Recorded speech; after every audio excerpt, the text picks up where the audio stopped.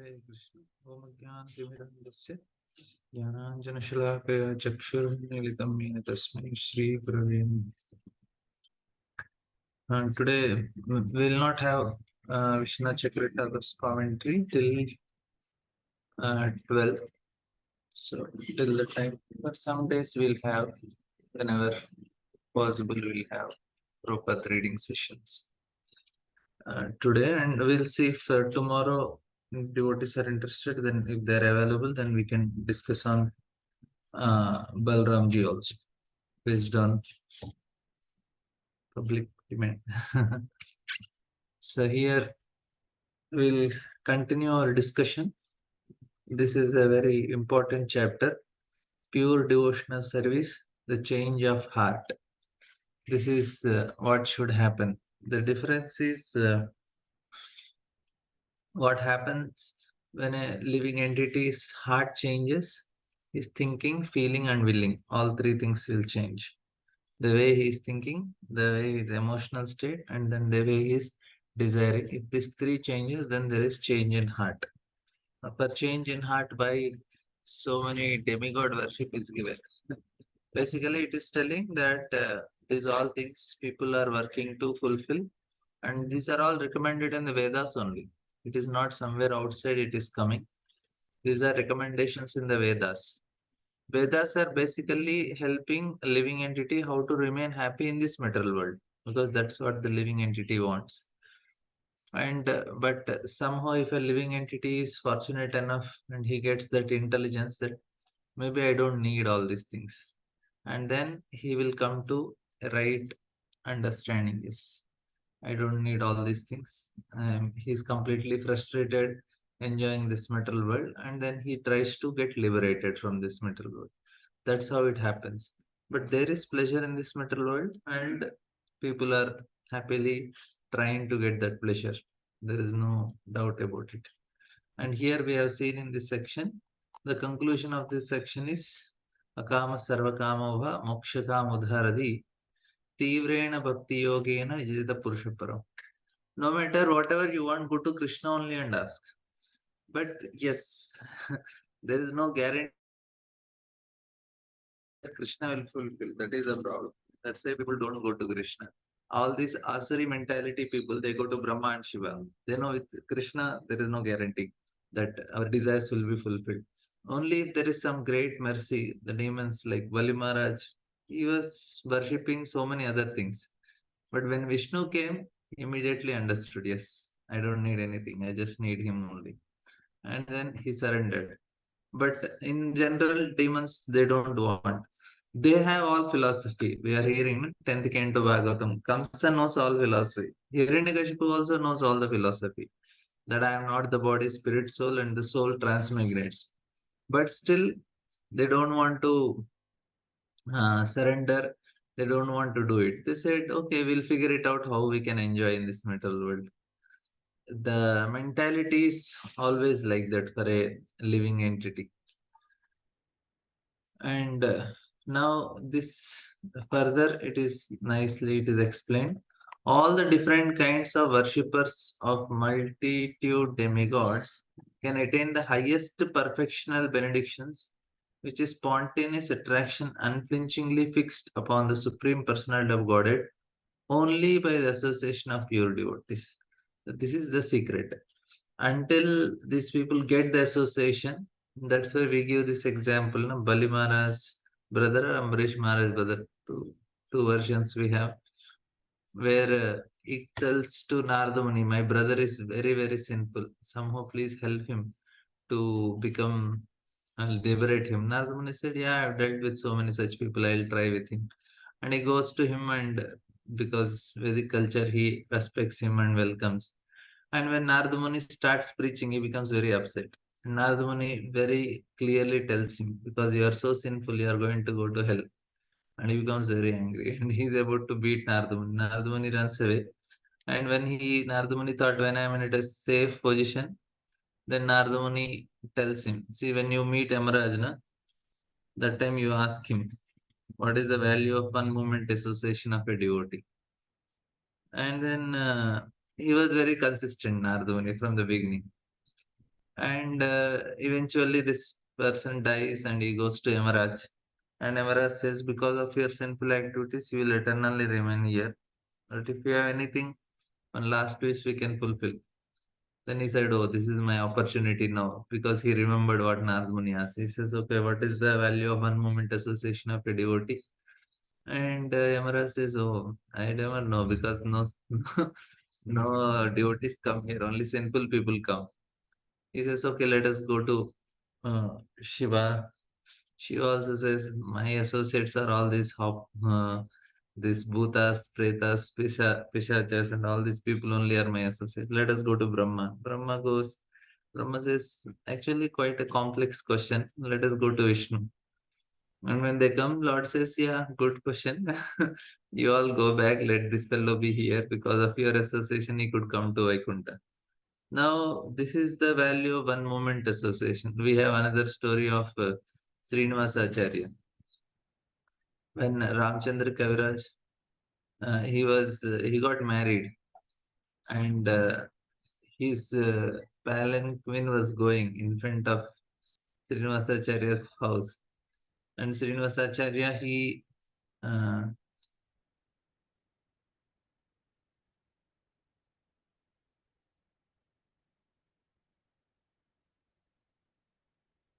yeah, Srinivasacharya, he is giving class, Bhagavatam class, and he loudly speaks that time. This fellow is that time they were killing in a palanquin, and he's happily going with his wife. And Srinivasacharya, he loudly says, this fellow is tightening the noose around his neck and he's thinking he's happy. And then Chandradas Goswami, he hears, and immediately it stucks his heart. And he goes home and he could not sleep whole night. He was thinking this. I know this person is telling that I am tightening the noose around my neck and I am thinking I am happy. This is actually, and then next day morning he comes to Srinivasacharya and says, oh, what do you mean by I am tightening the noose around my neck? Then Srinivasacharya says, are you serious? You want to know about it? And he says, yes, I am really serious. And then he explains that this metal world, how we are getting so much entangled. Maya is trapping everybody so badly in this metal world. And then he immediately understands and he becomes great Ramchandra Kaviraj. Just a movement association. He didn't get anything. He was just passing by and he heard this one word and immediately it affected him. This is only by the association. What happens is the thought process change. And the feelings change, the desires change. Like we have one joke, one thief. He was a very professional thief, and then he trains his son also to become a nice professional thief. And one day his son comes to him, and father says, "Better you can do anything, but don't associate with devotees. That is the most dangerous thing. Remaining everything is okay. Don't hear from them." He gives big instruction.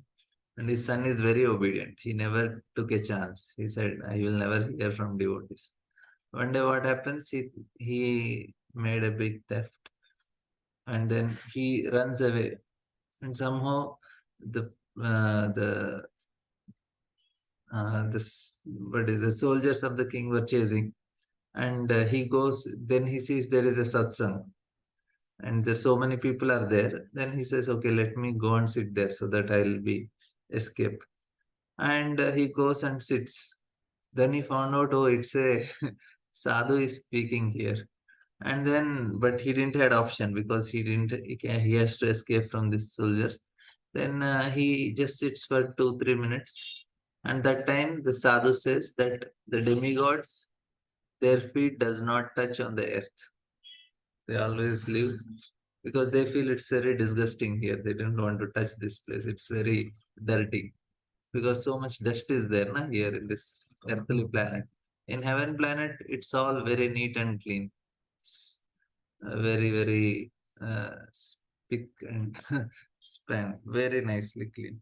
Then he says, "But my God, I should not stay here for long. My father gave instructions." So he runs away from there. Later on, there is a big theft. He steals some big jewelry from the king's mm, khajana. And he runs away, and then they catch so many thieves. They know one of this fellow might have done, and but they are suspecting him so much that this fellow must be the one. But everybody was interrogated, but nobody was admitting. And they thought somehow we should trick him and catch him that he is done. And then what they do in the night, this soldiers, they dress one lady like Durga, and then she appears in front of him. He says, I don't know, he sees one very godly lady, and then says, "Who are you?" He says, "I am Durga." No, every time you do some theft and all, you give your share to me, some part. But this time you did not give any share. Why are you doing like this? Then he becomes really fearful. He is shivering. And then he looks down at her feet, and the feet are touching the ground. Then he understood, yes, this is the trick of the soldiers. Then he says, "No, no, no, no, I never did this." Then the soldiers thought, okay, this fellow, he cannot lie in front of goddesses because they are very obedient. Then they think, okay. And this thief thinks, my God, just I heard for 1 minute this one line and it saved my life. Otherwise, if they catch, they will only hang me. Then he understood, oh, if one moment only if I hear, I get so much benefit. Then if I hear so whole 1 2 hours, what will happen to me? Then he started associating and everything changed. What changes, na? Like immediately the heart starts getting agitated in right direction because the tendency to enjoy so much that we cannot give it up so easily unless we see somebody so pure and we associate like that is the thing Prabhupada know this formula very nicely. And when he went to West, he knows that uh, whether they understand or not, if they serve me or associate with me, that will change the heart. And that's actually what happened. Whatever came from Prabhupada's lotus mouth, many of them may not didn't understand because Prabhupada accent was also different. But what? Because it is pure transcendental sound vibration, it is directly going to the heart and changing the heart. This is the advantage. Sometimes just by seeing Prabhupada photo also, because he's a pure devotee, it immediately changes the heart of people. And some people that how somebody like this can exist. Like in Russians, one village, one devotee went to the village and he was distributing books. And when he gave this book to a person, and he immediately turned back and he saw Prabhupada photo. As soon as he saw, he offered obeisances. He says, I cannot believe that such person can exist. Just a photo of Prabhupada touched the heart. That is the power of association with a pure devotee. And he started chanting immediately. And Prabhupada could just communicate with eyes. And like one time, one young boy, he wanted to visit New York City. Then he came to the New York City and he was walking in the streets. And suddenly, he just one turning, he just met with one old man, Indian old man. He started walking, and both started walking. And that old man started speaking to him something. And this boy did not understand much. He just spoke for maybe few minutes, and then they had a different turning. Both went in different directions. And after that, what happened? This boy he started feeling attraction to yoga, sattvic food, vegetarian, especially yoga, meditation, and slowly, mm, and one day he came, he got association of devotees, he saw some kirtan and all. And he was from village, and then he started coming and meeting. And he was not understanding why I'm feeling attracted to this yogas and all these things, meditation. And then one day he comes to the temple, and in temple he sees the altar of Lord. He says, "Oh, it's divine." And then he sees the Parampara photo. He sees the first photo that was Prabhupada. Then he understood why he was feeling attracted. And he said, yes, because of this person, I met him many years back, I think 6, 7 years back. And from that time onwards, I am feeling attraction to spirituality. He understood this is the person I am coming here. And then after some days, devotee said Prabhupada is coming.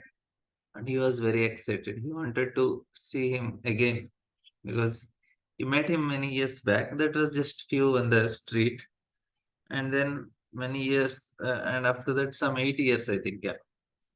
And Prabhupada comes to the airport. There was a big kirtan and everything.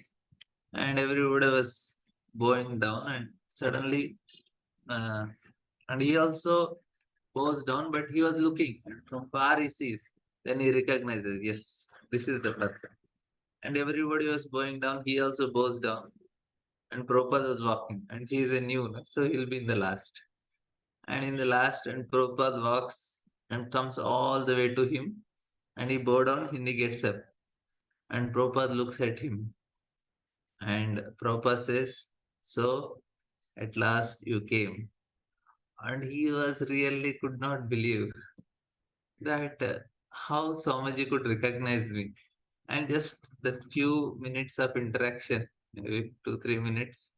And after many years, Prabhupada is meeting him. Prabhupada immediately recognizes, yes, at last you came.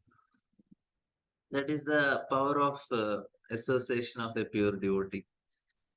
That is there are so many such stories. It happened with Prabhupada and other great Vaishnavacharyas, and even presently also it is happening. Presently also Prabhupada is preaching.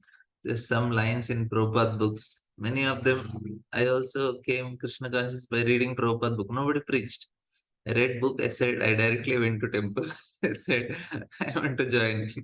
There are so many who just read Prabhupada books, started chanting 16 rounds.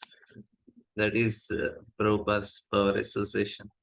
So there are so many such things we can understand how immediately the living entity's direction changes. That's very important that pure devotees appear in this world and move around. Prabhupada says even if you don't have any service in temple, take your bead bag, apply tilak, and go on the street and chant. And people see you, they will say Hare Krishna. In that way, they will get benefited. Prabhupada writes, all living entity in different status of life within the material creation, beginning from the first demigod Brahma down to the small ant, are conditioned under the laws of material nature. It's a nice purport, Prabhupada, right? Or the external energy of Supreme Lord. The living entity in his pure state is conscious of the fact that he is part and parcel of the Lord. But when he is thrown into the material world on an account of desire of his desires to lord it over material energy, he becomes conditioned by the three modes of material nature and thus struggles for existence for the highest benefit.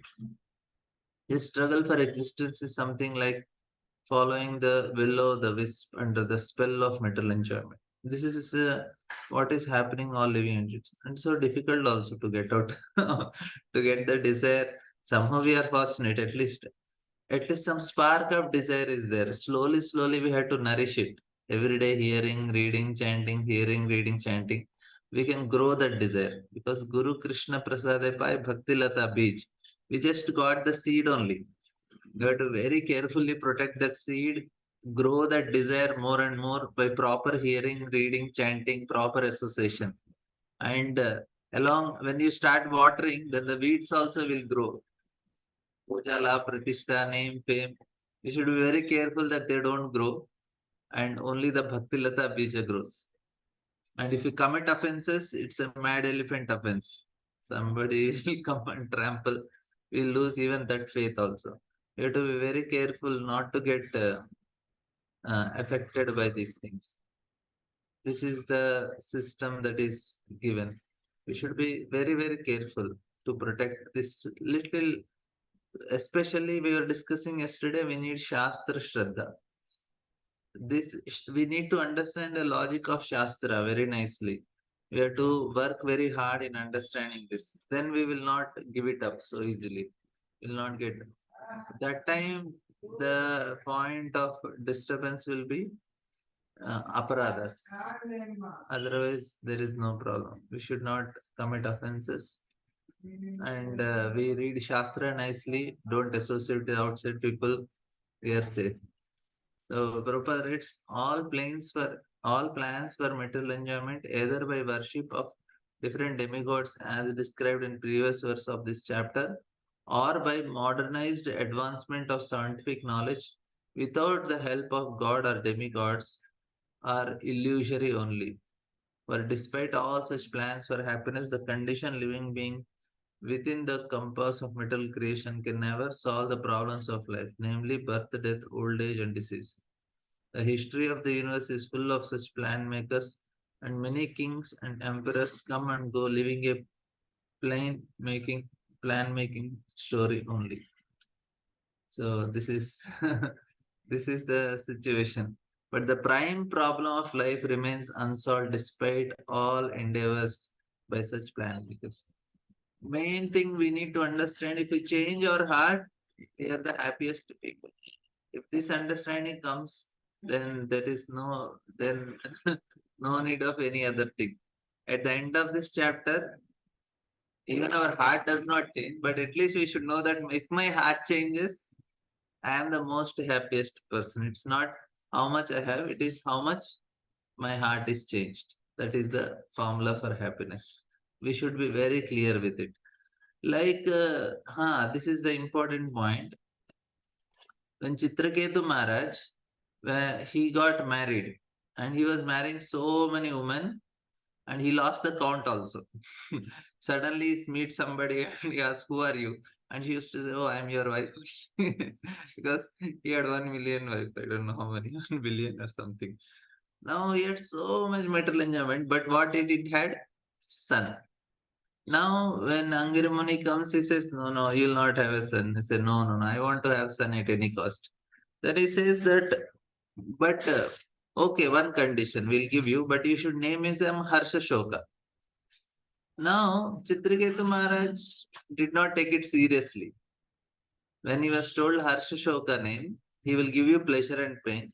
He didn't take it seriously. He said, it's okay. Same thing with all the living entities who are worshipping demigods and going in different directions to meet all. Everybody is the same situation. They all, when demigods are giving benediction, it is Harsha and Shoka. Initially, there is pleasure and then is pain. They says, okay, I want a big house. When you say Harsha Shoka, it is going to give pleasure initially and pain later. People say, no, no, no, no problem. First, let me get the pleasure of that having a big house. Let me get the pleasure of being a rich person. People, they count the initial pleasure, but after that, there is Shoka, that they don't, and they don't want to believe also. Now, even if somebody says, okay, you will get 100 crores, I may also consider. He says, but it is Harsha Shoka. Are Shoka we can see later. First, you give 100 crores. Let me enjoy it first. So, this is the tendency for all living entities. This is what Bhagavatam is teaching. And they go to demigods and look so nice now. What all things you get from demigods, you get nice beauty, no old age, and you can get so many desires fulfilled. It looks quite interesting. But it is pleasure in the beginning, but every benediction is pain only. Any material benediction. That's actually what happened. Any pastime you take, like Kunti Maharani. When Durvasa Muni comes and gives her a benediction, that you call any demigod and you can have children with it. It looks wow, quite a interesting. And but what happened? Ultimately, it ended her in pain only because she has to get a son and then she lose. And even though she had very powerful sons like Pandavas, but at the end she lost Karna. Karna has to be killed. Another thing with Akshay Patra. When Pandavas got Akshay Patra from demigods, the benediction is you can cook for unlimited. But what happened? Suddenly Durasmani comes with his 10,000 disciples. And they thought, my God, what will I do with this Akshaya Patra? We cannot feed anybody. Then who saved? Krishna saved. That means any benediction we get from demigods, it is ultimately a dangerous situation only. But if you get anything from Krishna, it is always safe. This is the point. That means we may look that initially it is Harsha, but we should know there is Shoka behind it. Because you cannot have only one side of the coin. We have both sides of the coin. This is the point. If you want pleasure in this world, we should be prepared for the pain. So the payment for pleasure is what? Pain. It should be very clear. Or we do tapasya and gain the pleasure. That is another way. You pay before only and then you enjoy. And this is what is Vedic system. But present situation is what? You enjoy first and then you pay. Credit card system. First you enjoy, later on you pay. No, Vedic system is first you pay and then enjoy. So heavenly pleasure and all, it's quite interesting. But what happens at the end when they have to lose that pleasure? It's so much painful. Like for a person who lived such a luxurious life and suddenly he's losing, it's quite painful, right? And actually, human life is meant for making a solutions to problems of life. One can never solve such problems by satisfying the different demigods by different modes of worship or by so-called scientific advancement in knowledge without the help of God or the demigods. Apart from gross materialists who care very little either for God or for the demigods, the Vedas recommend worship of different demigods for different benefits, and so the demigods are neither false nor imagined. The demigods are a fact are as factual as we are, but they are much more powerful due to their being engaged in direct service of the Lord in managing different departments of the in the universal government. The Bhagavad Gita affirms this, and the different planets of the demigods are mentioned there, including the one of the supreme demigod Lord Brahma. The gross materialists do not believe in the existence of God or the demigods, nor do they believe that different planets are dominated by different demigods. They are trying to reach to the nearest planet, Chandraloka or the moon.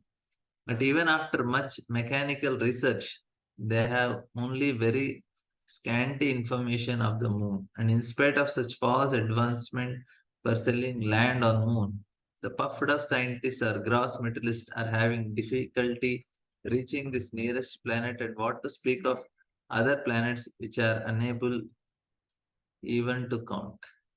This is what is Prabhupada is our discussion of these things are coming at Chandrayaan mission only. Somehow Krishna want us to hear this at this time. So there is no option for us. We cannot be very proud. The point is what? Yes, we can be proud that India has sent, but we should also and have this understanding that it's just waste of time also. Because we are doing it in a gross way. Instead of that, we should do in a subtle way.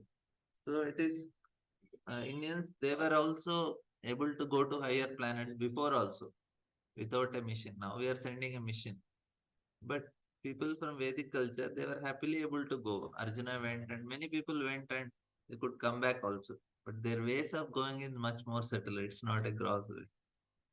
However, the followers of Vedas have a different method of acquiring knowledge. They accept the statements of the Vedas, Vedic literature as an authority in toto, and we have already discussed in Canto 1, and therefore they have full and reasonable knowledge of God and demigods and of their different residential planets situated within the compass of the material world and beyond the limit of the material sky.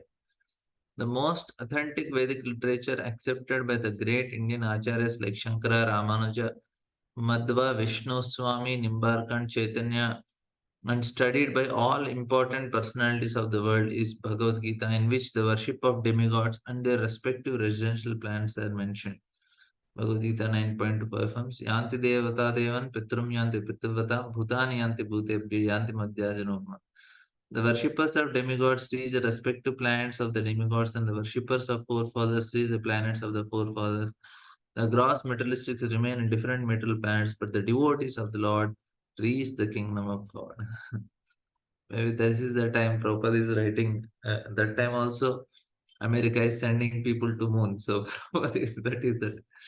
We also have information from Bhagavad Gita that all planets within the material world, including Brahmaloka, are but temporary situations.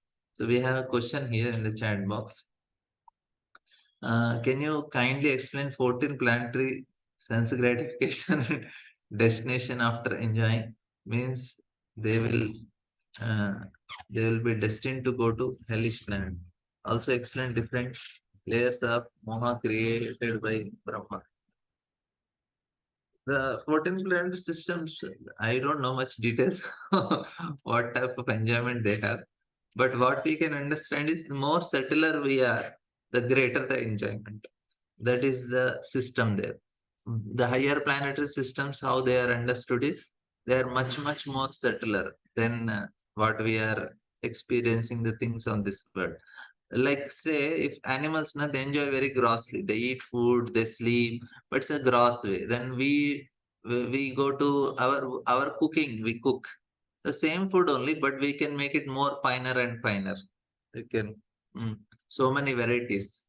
And there is one very good cook, proper disciple in Australia. Then there were some 24 varieties of ice creams were kept, and he tasted all the ice creams, and with every taste he is having a different feeling in the face. Means he was able to relish everything properly. This is, that means they are more subtle, and he could enjoy the subtleties. In this modern way is very gross, everything is, they they try to and try to understand or identify, everything is gross. But more you go subtler, we can experience. They just put some pepper and all and they eat some all this food and all. But Vedic way of food and all is very very fine, and so many spices and everything has different taste. What I am telling is the more the subtler we are, more we can enjoy in this mental world also. And same thing in higher planetary system, their enjoyment at the level of.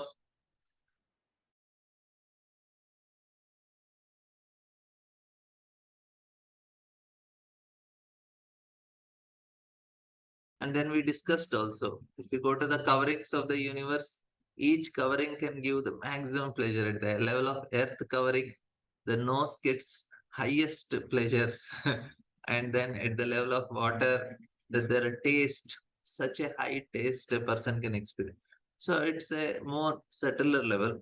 I don't know. Of course, some details are there in the fifth canto, uh, but other Vedic literatures will have more details.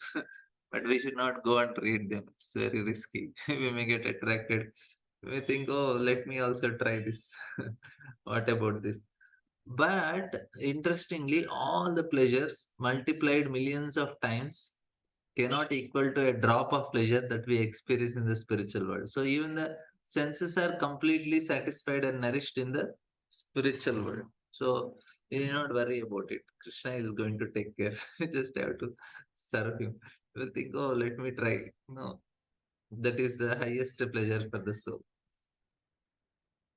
So in lower planets also there is higher. That's why they are called Bilva Sargas. They are the heavenly planets below. But the people who go there are, they are having demonic mentality, but they are pious also.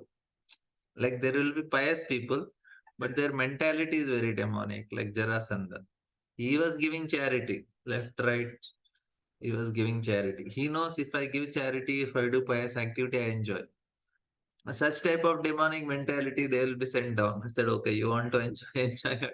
You cannot enjoy. And their enjoyment, na, it is more gross compared to what is enjoyed in the heavenly planets. They also enjoy, but they enjoy more on a senses level. But whereas in the demigod planet, they enjoy on a more mental level, on a in a more subtle level. This is the difference between the enjoyment of different levels. That's what I understand, but details don't know much. Of course, the details are given a little bit in fifth canto in terms of Bilva Surgas, what type of pleasures they have, Everything is shining by the stones and beautiful lakes and everything is there. But to enjoy also we need to nowadays people uh, instead of enjoying more, they go to hotel and then they take photo of what they are eating. They post it, and they are more interested in how many people are uh, liking it and reacting to it. Then they cannot enjoy properly. That is not possible.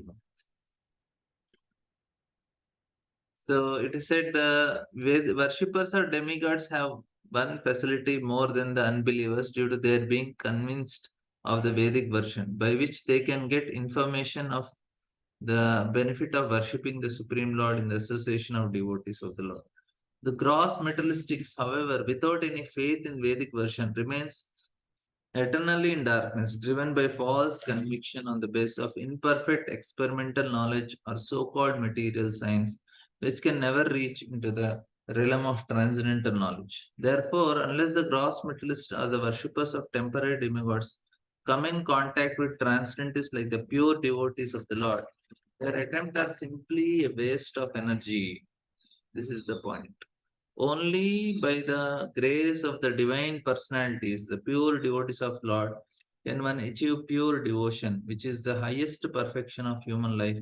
Only a pure devotee of Lord can show one the right way of progressive life. Otherwise, both the materialistic way of life, without any information of God, or the demigods, and the life engaged in worship of demigods in pursuit of temporary material happiness are different phases of phantasmagoria. They are nicely explained in Bhagavad Gita. Next verse is transcendental knowledge in relation with the Supreme Lord Hari is knowledge resulting in complete suspension of waves and whirlpools of material mode. Such knowledge is self-satisfying due to its being free from material attachments, and being transcendental, it is approved by authorities who could fail to be attracted. This is one thing about planet enjoyment in lower planets. Now, even in this planet, also we see like people who go to Japan or America or Switzerland and all. They have quite a heavenly pleasure compared to what we have, even though it is very gross. But their pleasure is more. They are meant that places are meant for enjoyment, and especially that Bharatavarsha where we are staying, this India, this land is meant for spiritual activities.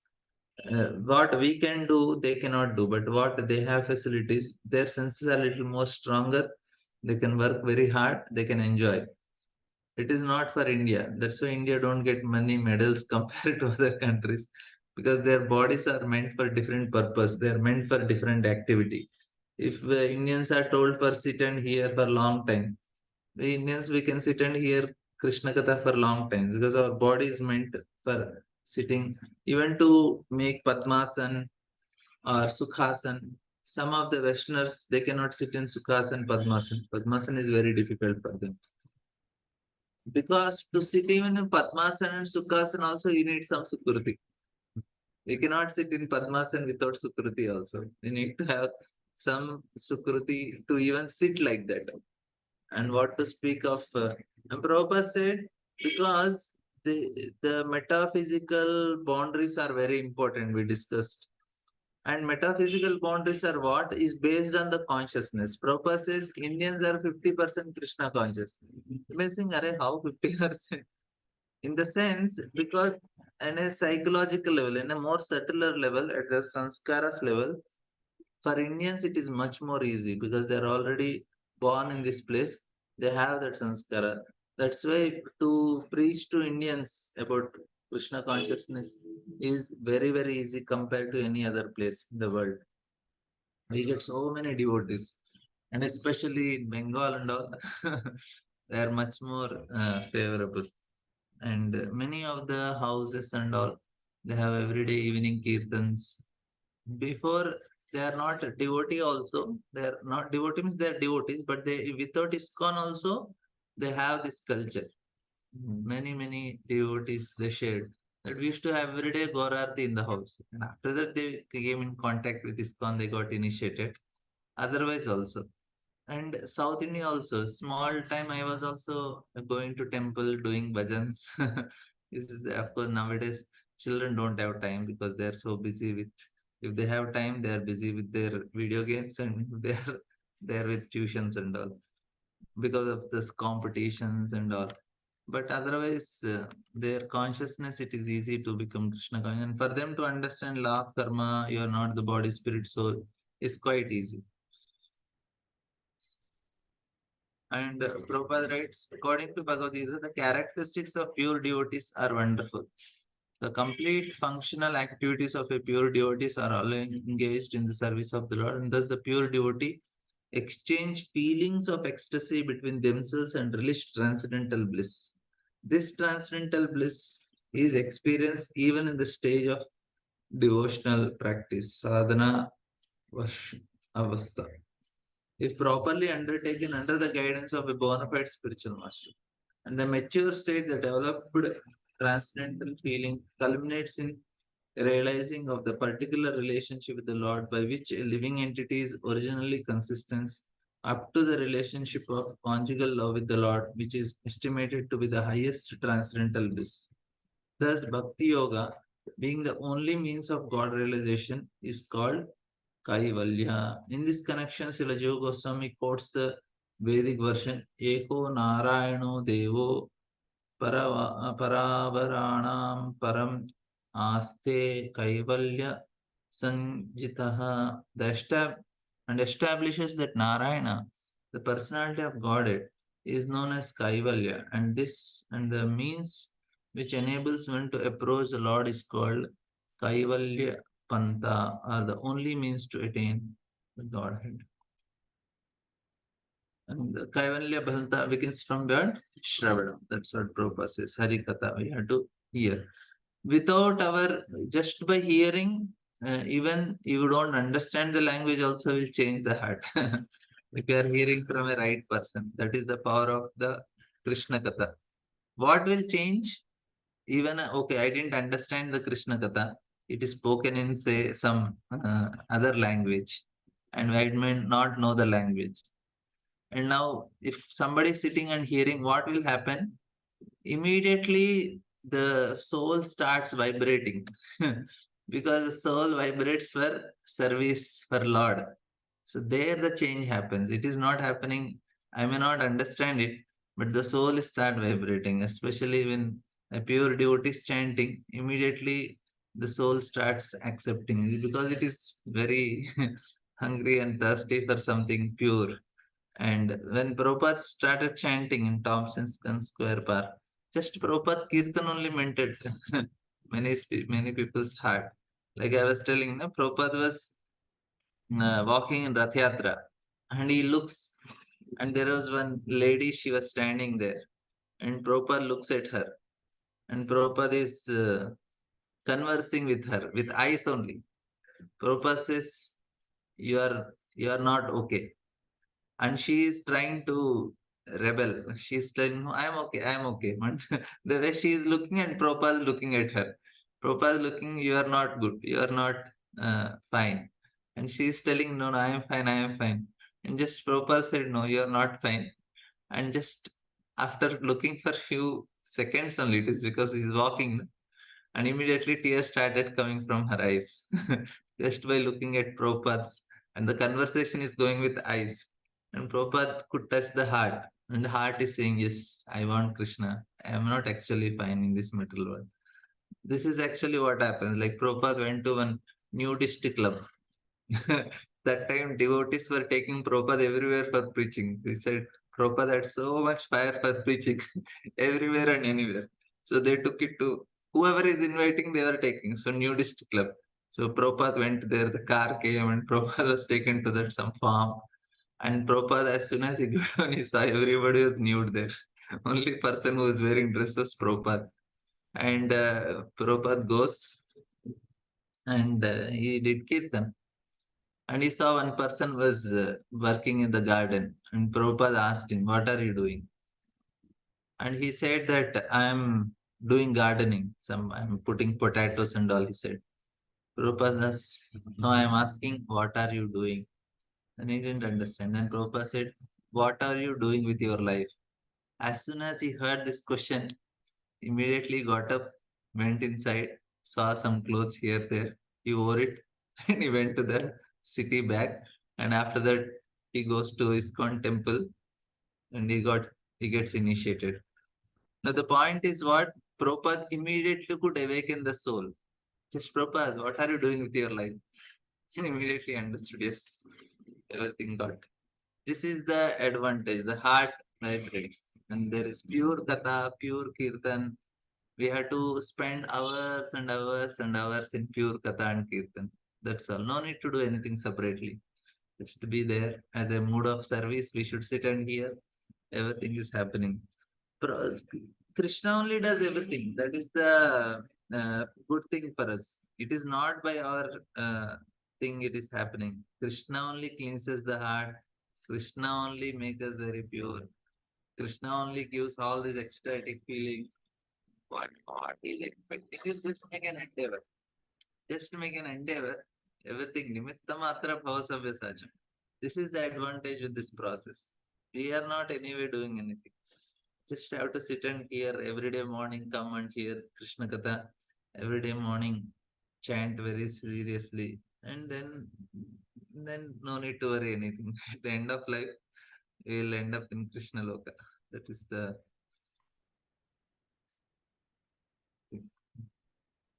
We'll see this nice purport, Prabhupada's writing. For a devotee, all mundane activities, social and political, become unattractive, and in the mature state, such a devotee becomes uninterested even in his own body, and what to speak of bodily relatives. In such a state of affairs, one is not agitated by the waves of material modes. There are different modes of material nature, and all mundane functions in which a common man is very interested or in which he un, uh, takes part becomes unattractive to a devotee. It is true also.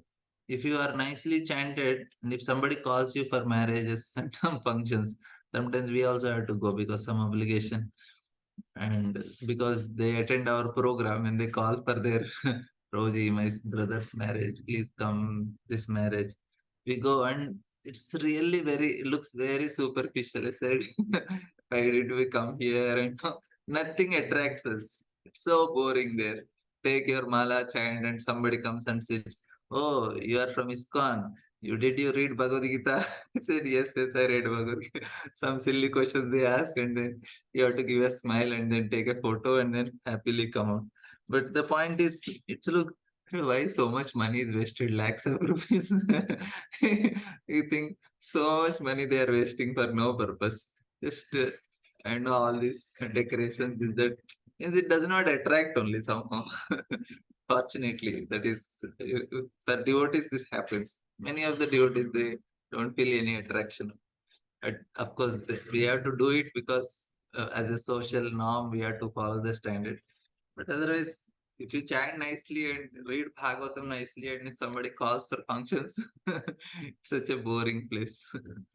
And somehow everybody enjoys. And some children come to entertain them, take a selfie. So the state of affairs is described in as uh, prati nivritta guno gunormi, and it is possible by atma prasada or complete self satisfaction without any material connection. The first class devotee of the Lord attains this stage of devotional service, but despite his loftiness for the Lord's satisfaction, he may play the voluntary part of a preacher of Lord's glory and dovetail all into devotional service. Even mundane interests, just even mundane in, interest, just to give the neophyte a chance to transform mundane interest into transcendental bliss. Srila Rupa Goswami described this is Nirbandhe Krishna Sambandhi Yuktam Vairabhyam. Now from here onwards, this is the what we discussed. If you remember previously, the section we have three sections in the second end of Bhagavatam.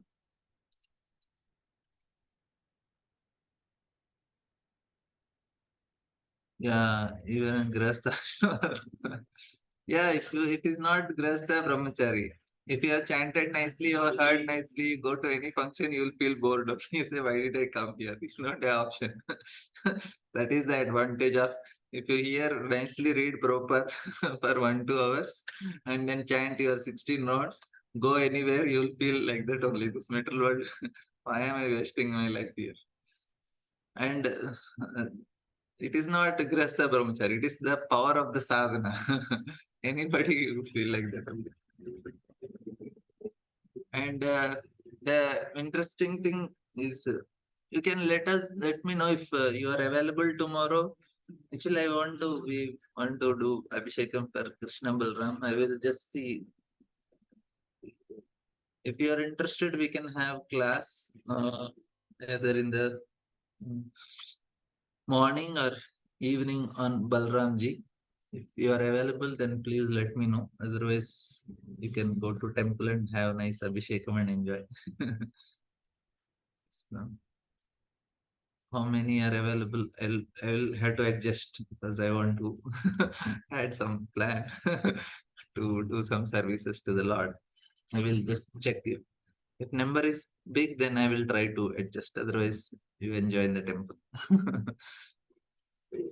So here, these three sections of uh, Bhagavatam, and if you just give me the number, I'll add in. Okay, I'll post in this group one. So, three sections of the second canto, if you remember. First section is uh, about remembrance of Lord, meditating on the Lord. Second is enthusiasm. You get faith. So the obstacles for the first part of the obstacle is demigod worship, and second part of the obstacle is materialistic enjoyment. And also, if our faith is clear, then what happens is we'll feel enthusiasm. And here we'll see the enthusiasm of Savanakad rishis, how they are so eager to hear about Krishna. And then next is the enthusiasm of Sukadeva Goswami, who is the speaker. Here Savanakad rishis, they express their enthusiasm, okay, because they develop faith, then you are so enthusiastic. And we discuss this, you try to always remember this one point. Whatever we are doing sadhana and what is sadhya, the attainment, both are same only. Here we are, whatever we are doing, when we attain perfection, we are going to do the same activities. Now we first chapter is what we are meditating, and in a perfection stage, what happens is the person he is always remembering the object of his love. Same activity. We are trying to remember Krishna in perfect state because he loves, he is remembering that. And second is what? Second is the enthusiasm. And in as soon as somebody, this is for us, our faith is developed, we become enthusiastic. And in the perfect state, what? In the perfect stage, as soon as you remember the object of your love, you feel so enthusiastic about it. Like somebody has some girlfriend or boyfriend, as soon as they remember, they feel so much joy. They're enthusiastic to do something. And the third thing is what? Third thing in this third section is from the fifth chapter onwards, fifth to 10th. What is that section? That in sadhana level, it is uh, it is you are trying to contemplate, understand it nicely. And same thing in sadhya level, perfection stage. When you remember the object of your love, you start meditating. You wanted to, you always speak about it. Uh, this is actually what is the three sections, and three in perfect stage and sadhana both are. The second canto is what? Sadhana tattva. First canto is adhikara tattva. Who is qualified to hear Bhagavatam? And second canto teaches it how to do sadhana. And for Bhakti Yoga, sadhana and sadhya are same. Whatever we are doing in sadhana, after attaining perfection, Prabhu, when you chant Hare Krishna, what happens? You will chant more Hare Krishna. That's the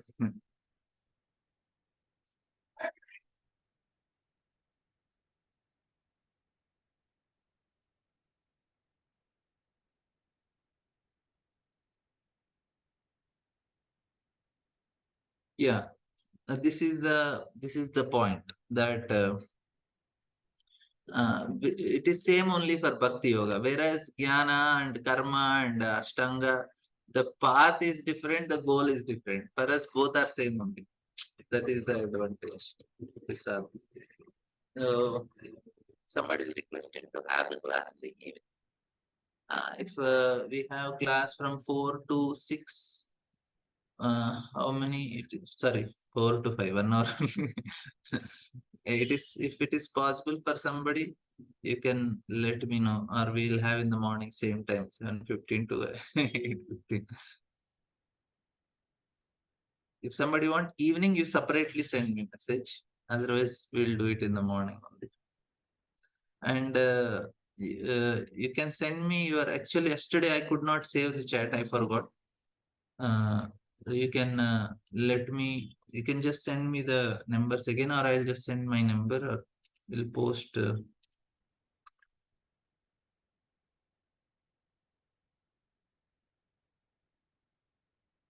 I could not save the chat yesterday, I forgot. So whoever want to join, we are having 4 to 5 we are having Bhagavatam, 10th canto, not 10th canto, Krishna Leela discussions till Janmashtami.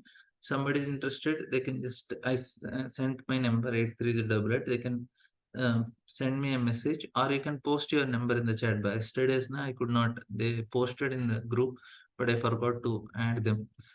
If somebody is interested, they want to hear evening. Today also we'll have 4 to 5. Um, some stories on Krishna. We'll complete this section. Yesterday somebody posted the number, but I couldn't save it. From here onwards, the another section of this chapter. This is the main section. Of course, two parts in this also, this chapter.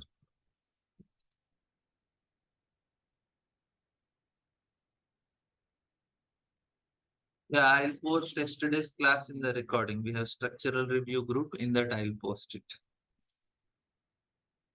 We were discussing about Putana yesterday. We have some more things to discuss on Putana, and then we have Shakatasura and Trinavatta today. This you might have heard, but again, revision for Janmashtami. Good for our Anartha. Now here Saunaka Rishi says the son of Vyasadeva, Srila Sukadeva Goswami, was highly learned sage and was able to describe things in a poetic manner. Why did Maharaj Parikshit again inquire from him after hearing all he has said? Now it is very interesting. Telugu class we have from 8 to 9 in the night. Because I do 4 to 5 English, 6 to 7 Hindi, 8 to 9 Telugu. In that way I get 1 hour gap and 1 hour other classes. And the link is not this Telugu group, we have another link. So now here, this is a very interesting thing, that poetic manner. So if somebody has love, na, then poem comes. This is, if they are not having uh, poem, then it is not. Love means it is poetic. Any lovers, they will write poems. And Sukadeva Goswami has love for Krishna. That's why Bhagavatam is in a poetic manner. He is writing poem. If you are writing a poem, to understand poem, the language will not be direct. That is why it is Samadhi Bhasha and Vengana Bhasha also, both. And he explained everything in a poetic manner. Love means the love. If there is love in the heart, poem comes. A pure devotee of Lord automatically develops all good qualities, and some of the prominent features of these qualities are as follows: he is kind, peaceful, truthful, equable, faultless, magnanimous, mild, clean, non-possessive, a well-wisher to all, satisfied, surrendered to Krishna, without hankering, simple, fixed, self-control, a balanced eater, sane, mannerly, prideless, grave, sympathetic, friendly, poetic, expert. Poetic is what is given in there is italic. Sorry, it's slanting. Expert and silent.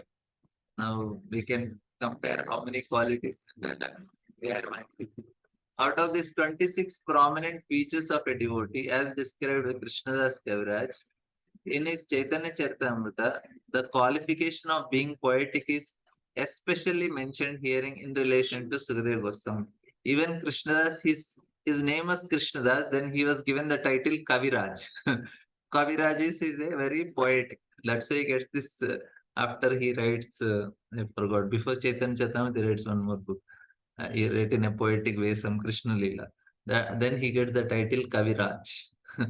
The devotees are Kavis. The presentation of Srimad Bhagavatam by his recitation is the highest poetic contribution, and especially all the 10th canto is such a poetic. And in 10th canto also, Gopi Geetam is the most poetic. Jayati te dikam janmana praja shayata indira shashwadatrahi दयितदृश्यतां दिक्षु तावक त्वयिदितासवस्त्वां विचिन्वते. So very nice. And he was a self-realized learned sage. In other words, he was a poet among the sages. That's how. And they say no, it is Sukhamukhat Amrita Dravya Samitam. It came from the lotus mouth of Sukadeva Goswami. Who learned Sutta Goswami, please continue to explain such topics to us. Now they are expressing their enthusiasm. He said, what did Parikshit Maharaj ask Sukadeva Goswami after that? And please continue to explain such topics to us because we are all eager to hear. Besides that topic, which results in the discussion of Lord Hari, should certainly be discussed in the assembly of devotees. And he said, uh, as we already quoted above from the Bhaktirasamad Sindhu of Rupa Goswami, even mundane things, if dovetailed in the service of Lord Sri Krishna, are accepted as transcendental. For example, the Ramayana and Mahabharata, which are epics or histories, specifically recommended for less intelligent class, women, Shudras, and unworthy sons of higher class. So, women Shudras, when it is mentioned, the Shudras, no, it is applicable for all the people in Kali Yuga. There is no, they're all, whoever is working for salary, we should count ourselves in that. So it is woman Shudra means this is the mentality of people in Kali Yuga. They are very, they lament, they are unhappy, they don't have Brahman realization. All these things very much match. So it is not any derogatory word. Oh, why only women? Why not others? No, everybody is that category in Kali Yuga. So much bodily attachment, so much lamentation, no proper knowledge of scriptures. So what is the point? Everybody is Shudra only. Kalo Shudra Sambhava. That is basically its mentality. It's not a particular class. Are also accepted as Vedic literatures because they are compiled in connection with the activities of the Lord. The Mahabharata is accepted, the fifth division of the Vedas, after its first four divisions, namely Sama, Yajur, and Atharva. The less intelligent do not accept Mahabharata as part of the Vedas, but the great sages and authorities accept it as the fifth division of the Vedas. The Bhagavad Gita is also part of Mahabharata and it is full of Lord's instructions for the householders. But such foolish men forget that Bhagavad Gita was explained to Arjuna a Grihastha and spoken by Lord in the role of as a Grihastha. So the Bhagavad Gita, although containing the highest philosophy of the Vedic wisdom, is for the beginning in the transcendental science, and Srimad Bhagavatam is for graduates and postgraduates in the transcendental science. Therefore, literatures like Mahabharata, Puranas, and similar other literatures which are full of pastimes of the Lord are all transcendental literatures. They should be discussed with full confidence in the society of great devotees. Prabhupada writes, the difficulty is that such literatures, when discussed by professional men, appear to be mundane literature like histories or epics because there are so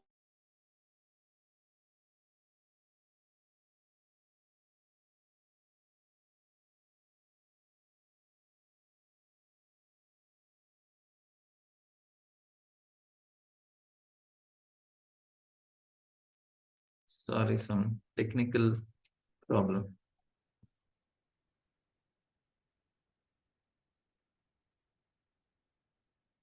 Some technical issue. He says that the difficulty is when we hear from professional reciters, no benefit. It is here said, therefore, that such literature should be discussed in the assembly of devotees. Unless they are discussed by devotee, such literature cannot be released by the higher class of men. If somebody is releasing in non-devotees, that means he is releasing not the spiritual bliss, that is some mundane rasa only. It's not spiritual rasa. So the conclusion is that the Lord is not impersonal and in the ultimate issue. He is the supreme person and he has his different activities. He is the leader of all living entities and is descends at his will and by his personal energy to reclaim the fallen souls. Thus, he plays exactly like the social, political, and religious leaders. Because such roles ultimately culminate in discussions of the topics of the Lord, all such preliminary topics are also transcendental. That is a way of spiritualizing the civic activities of human society. Men have inclusion inclusions by studying history books and many other mundane literature, stories, fictions, dramas, magazines, newspapers, etc. So let such inclinations be dovetailed with transcendental service of the Lord, and all men will turn to the topics relished by all devotees. The propaganda that the Lord is impersonal, that he has no activities, and that he is dumb stone without any name and form has encouraged people to become godless, faithless demons. And the more they deviate from the transcendental activities of the Lord, the more they become accustomed to mundane activities that only clear their path to hell instead of returning them home back to God. So this is Prabhupada. We'll just take one more shloka, one more and complete.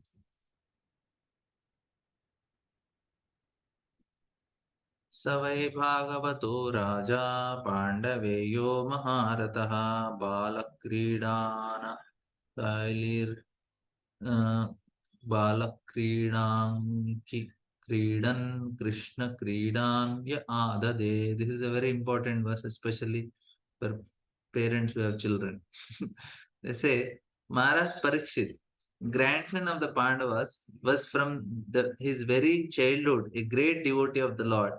Even while playing with dolls, he used to worship Lord Krishna by imitating the worship of the family deity. So this is how the children learn. They are very good imitators. If the parents are nicely worshipping the Lord, they are doing arti, they are doing kirtans and bhajans. In that way, they can give so much sukriti to their children. Even if they don't become devotee, also that sukriti will help them eventually become devotee in one day, on some part of their life. So the proper writing, it is stated that even a person who had failed in the proper discharge of yoga practice is given a chance to take birth in the house of devoted brahmanas or in the house of rich men like kshatriya kings or rich merchants.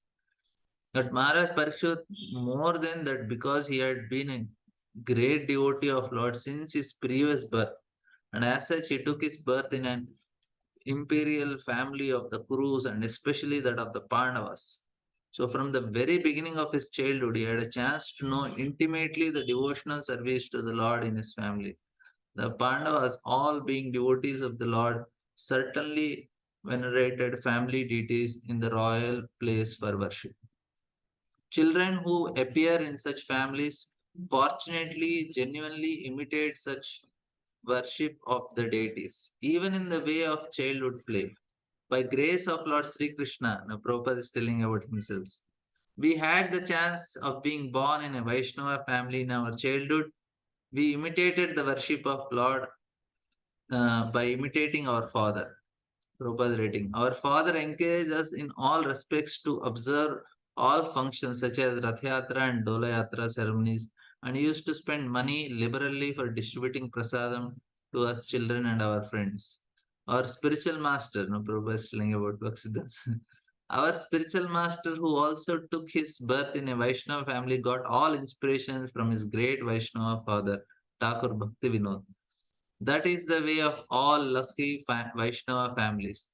The celebrated Meera Bhai was a staunch devotee of Lord Krishna as the great lifter of Govardhan Hill. Prabhupada is praising her. Prabhupada writes, in life history of many such great devotees is almost the same because there is always symmetry between the earlier lives of all great devotees of the Lord. According to Jiva Goswami, Maharaj Parikshit must have been about must have heard about the childhood pastimes of Lord Krishna at Vrindavan, for he used to imitate the pastimes with his young playmates. According to Sridhar Swami, Maharaj Parishit used to imitate the worship of family deities by elderly members. Srila Vishwanath Chakravarti Thakur also confirms the viewpoint of Jiva Goswami. So, accepting either of them, Maharaj Parikshit was naturally inclined to Krishna from his very childhood. He might have imitated either of the above mentioned activities, and all of them establishes his great devotion from his very childhood, the symptom of Mahabhagavata. Such Mahabhagavatas are called Nitya Siddhas, are souls liberated from birth. But there are others also who may not be liberated from birth, but who developed a tendency for devotional service by association, and they are called sadhana siddhas. There is no difference between the two in the ultimate issue, and so the conclusion is that everyone can become a sadhana siddha, a devotee of the Lord, simply by association with pure devotees. The concrete example is our great spiritual master Srinardam. In his previous life, he was simply a boy of a maidservant, but through association with great devotees, he became a devotee of the Lord of his own standard, unique in the history of devotional service. So then, so he says that Sudhir Goswami, the son of Vyasdev, was also full in transcendental knowledge and was a great devotee of the Lord Krishna, son of Vasudev. So there must have been discussion of Lord Krishna, who is glorified by great philosophers in the ceremony of great devotees. So this is actually what happens for great devotees. They always invite somebody to speak. And Parikshit Maharaj from childhood, this happened. And interestingly, one pastime about Parikshit Maharaj, I told it. I'll just repeat one time because we are discussing Parikshit Maharaj. He was sitting on the lap of Yudhishthir Maharaj. He was very small, and then he looked at Krishna. Krishna was sitting beside Yudhishthir. And as soon as he looked the lotus feet of Krishna, he became very happy. He was smiling in bliss. And then he looked up and he saw Krishna's uh, uh, face and body. Then he became sad. Then he looks again down and he becomes very happy looking at the feet. And he looks up, he feels sad. And Yudhishthira asks Krishna, why is behaving like this? He's looking at your lotus feet, small boy, and he's blissfully smiling and looks at the face and he becomes sad. And Krishna says, when I have entered into his womb, when I have entered the womb of Uttara to protect Parikshit, he could see my form and he saw me with four hands. He saw the lotus feet and four hands. So now he is able to recognize the lotus feet. And then he is understanding, oh, this is the same person who came to save me in the womb of my mother. And when he looks up, he is not seeing four hands, he's seeing only two hands. Then he's thinking, no, no, no, he's not the person. Because the person I saw has four hands, and here this person who is sitting is only having two hands. So that's why he's feeling sad. But again, he looks at the lotus feet, again he recognizes and he becomes happy. So from childhood only, Parikshit Maharaj had such nice attraction for Krishna. So just few lines from this purport and then we'll end. The word satam is very important in the satam means the pure devotees who have no other desire than to serve the Lord. Only in the association of such devotees are the transcendental glories of Lord Krishna properly discussed. It is said with the Lord that his topics are all full of spiritual significance, and once one properly hears about him in the association of satam, certainly one senses the great potency, and so automatically attains to the devotional stage of life. So this is the point, that if we associate with satam, we'll also feel the sense of great potency. As already described, Maharaj Parikshit was a great devotee of Lord from his very birth, and so was Sukadeva Goswami. Both of them were on the same level. Although it appears that Maharaj Parikshit was a great king accustomed to royal facilities, whereas Sukadeva Goswami was a typical renunciant of the world, so much so that he did not even put a cloth on his body. Superficially, Maharaj Parikshit and Sukadeva Goswami might seem to be opposite, but basically they were both unalloyed pure devotees of the Lord. When such devotees are assembled together, there can be no topic save discussion on the glories of the Lord or Bhakti Yoga. In the Bhagavad Gita also, when there were talks between the Lord and his devotee Arjuna, there could not be any topic other than Bhakti Yoga. However, the mundane scholars may speculate on it in their own way. There is a word cha after by Saki suggest, according to Sivaju Goswami, that both Sukadeva Goswami and Maharaj Parikshit were of the same category, settled long before, although one may be playing the part of a master and other disabled. Since Lord Krishna is the center of the topics, the word Vasudeva Parayana or devotee of Vasudeva suggests devotees of Lord Krishna, the common aim. So this is what. So first that shloka was glorification of Parikshit, and this shloka Sukadeva Goswami son of Vasudeva was also full in transcendental knowledge and was a great devotee of Lord Krishna son of. So there must be discussion of Lord Krishna, who is glorified by great philosophers in the company. So if great devotee like Sukadeva Goswami, great devotee like Parikshit Maharaj, they come together, what they will do? They'll discuss Krishna only.